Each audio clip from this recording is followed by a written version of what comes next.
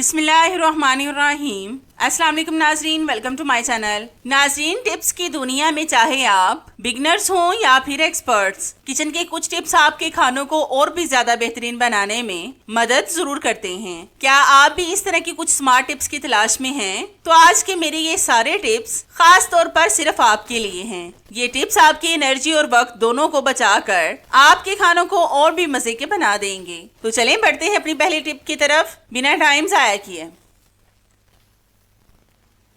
पहली टिप तो मेरी बहुत ही बेहतरीन है। ये आर्टिफिशियल ज्वेलरी से रिलेटेड है। आपने अक्सर देखा होगा कि जब हम इसको कहीं पर भी रखें तो ये काला होना शुरू हो जाती है। अक्सर हम इसको इकट्ठा ही एक ही जगह पर रख देते हैं, जिससे ये आपस में उलझ कर टूट जाते हैं और ये खास तौर पर काली भी बहुत जल्द हो जाती है। आज मैं आपको इसका बेहतरीन और आसान सा हल बताऊंगी, जिससे ये काली भी नहीं होगी और ये उलझेगी भी नहीं। अगर इस तरह से हम इकट्ठी ज्वेलरी को रख दें तो इसके टूटने का भी खदशा बहुत ज्यादा रहता है। तो इस टिप से आज आपकी ये वाली प्रॉब्लम भी सॉल्व हो जाएगी। तो इसके लिए आपने लेना है प्लास्टिक फूड रैप। ये तो हमारे किचन में मौजूद होता है। इसमें हम अपनी ज्वेलरी को अलग अलग करके सेव करते जाएंगे। आप सब ध्यान से देख लें ताकि जब आप इसको सेव करें तो आपको कोई भी परेशानी ना हो। अगर आप इनको अलग अलग रखेंगे तो ये एक दूसरे के साथ उलझेंगी भी नहीं। इस तरह से सेव करने से ये काली होने से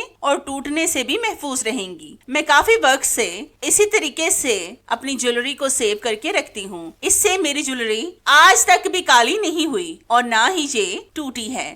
वैसे भी आर्टिफिशियल ज्वेलरी भी बहुत ज्यादा कॉस्टली मिलती है। इनकी हिफाजत भी हमारे लिए बहुत जरूरी है ताकि बाद में हमें पछताना ना पड़े, क्योंकि एक वक्त में हमें इसकी जरूरत पड़ती है। हम रेगुलर तो इसका इस्तेमाल नहीं करते। जब हम कोई फंक्शन वगैरह अटेंड करें तो उसी में हम इन चीजों का इस्तेमाल करते हैं। मैं तो इस तरीके से ज्वेलरी को सेव करके अपने छोटे से क्लच यानी पाउच वगैरह में रख लेती हूँ। इस तरह रखने से मेरी ज्वेलरी बिल्कुल सेफ रहती है। आप देख सकते हैं कि ज्वेलरी को मैंने अलग से अलग अलग हिस्सों में ही सेव किया है ताकि ये उलझने से भी महफूज रहे। तो है ना ये भी कितनी जबरदस्त और आसान सी टिप, जिससे आपको बहुत ज्यादा फायदा होगा।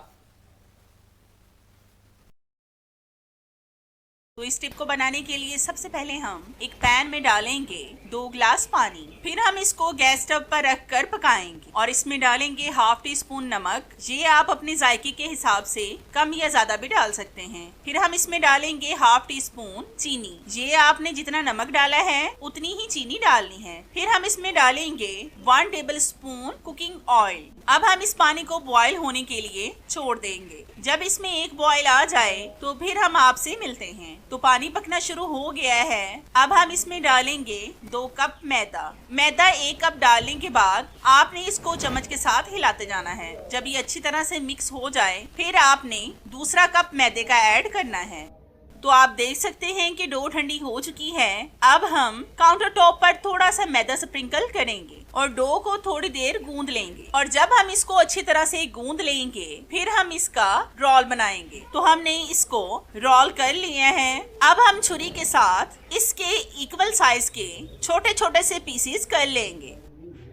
तो ये देखें व्यूवर्स, मैंने पीसेस के पेड़े बना लिए हैं। तो ये देखें व्यूवर्स, मैंने सारी रोटियां बना ली हैं। अब हम इनको एक साइड पर कर देंगे और हम इसकी स्टफिंग तैयार करेंगे। तो इसके लिए सबसे पहले हम एक पैन में डालेंगे थोड़ा सा ऑयल और फिर इसमें डालेंगे चॉप किया हुआ प्याज 2 टेबल स्पून। अब हम इसको इतना पकाएंगे कि ये पिंक कलर का हो जाए। तो ये देखें, आपने भी प्याज को इतना ही पकाना है कि इसका कलर चेंज ना हो। अब हम इसमें डालेंगे चॉप की हुई शिमला मिर्चें। ये शिमला मिर्चें मैंने 2 दरमियाना साइज की चॉप की। फिर हम इसमें डालेंगे कैरेट। इसको भी मैंने 1 कप के करीब चॉप किया है। अब हम इसमें डालेंगे बंद गोभी। ये हम डालेंगे 1 बॉल। इसको भी आपने चॉप करके ही डालना है। तो इससे पहले हम इसमें डालेंगे 1 टेबल स्पून सुरख मिर्च पाउडर। फिर हम इसमें डालेंगे हाफ टेबल स्पून नमक। अब हम इसमें डालेंगे हल्दी पाउडर। ये भी हम डालेंगे हाफ टी स्पून। अब इसमें जाएगा गरम मसाला कुटा हुआ। फिर इसमें जाएगा सूखा धनिया कुटा हुआ। ये आपने हाफ टेबल स्पून ही डालना है। अब हम इन तमाम चीज़ों को अच्छी तरह से भून लेंगे। अगर आप इसमें सब्ज मिर्ची ऐड करना चाहें अपनी स्पाइस के लिहाज से तो वो भी चॉप करके डाल सकते हैं, लेकिन मैं इसमें नहीं डालूंगी। आपने सिर्फ इसको 1 मिनट तक भून लेना है। तो 1 मिनट के बाद हम आपसे मिलते हैं।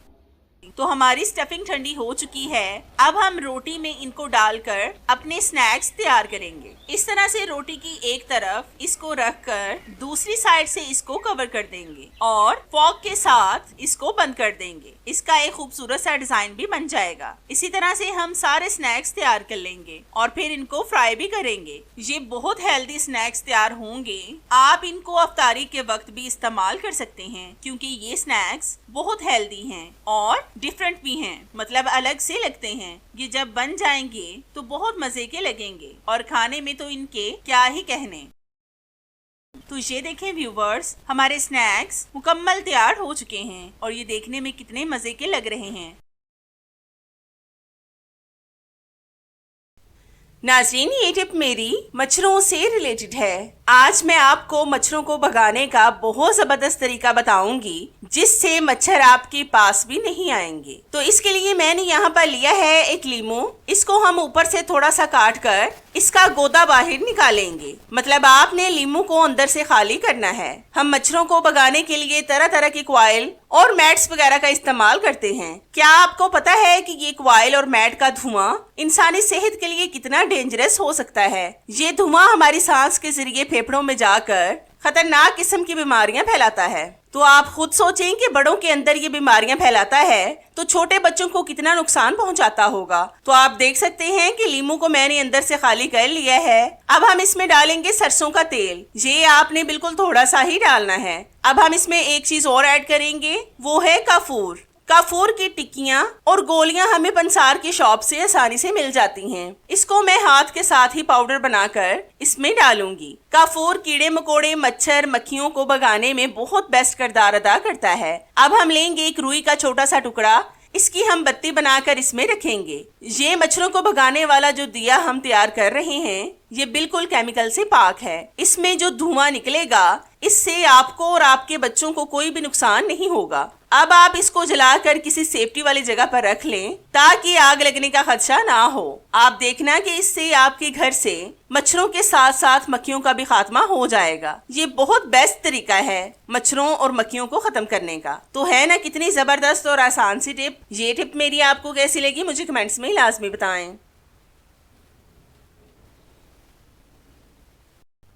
अगली टिप मेरी लहसुन से रिलेटेड है। आपने अक्सर देखा होगा कि लहसुन को छीलने के लिए हमें घंटों इसका इंतजार करना पड़ता है। अगर हम इसको हाथों से छीलें तो इससे हमारे नेल्स दर्द करना शुरू हो जाते हैं। आज मैं आपको इसका आसान सा तरीका बताऊंगी जिससे आज आप बहुत आराम से 10 किलो लहसुन को आसानी से छील सकेंगे। तो इसके लिए आपने लेना है एक बॉल में गर्म पानी। इसमें आपने लहसुन के पार्ट्स को अलग अलग करके डालना है और तकरीबन 10 मिनट के लिए इसको ऐसे ही छोड़ दें। तो हम भी 10 से 15 मिनट के बाद आपसे मिलते हैं। तो हमारे 15 मिनट हो चुके हैं। अब पानी नॉर्मल टेम्परेचर का हो गया है। अब मैं आपको लहसुन को छीलकर दिखाती हूँ। इस तरह से लहसुन बहुत आराम से छिल जाएगा। आपने अक्सर देखा होगा कि जब हम लहसुन छीलते हैं तो हमें काफी वक्त लग जाता है। आप इस तरह से वक्त निकाल कर बहुत सा लहसुन एक दफा में छील कर रख सकते हैं, क्योंकि अक्सर हमें खाना बनाने में जल्दी होती है लेकिन हमें लहसुन को छीलने में काफी वक्त लग जाता है। आप इस तरीके से 10 किलो लहसुन भी आसानी से छील सकते हैं। हमने लहसुन का छिलका उतार लिया है।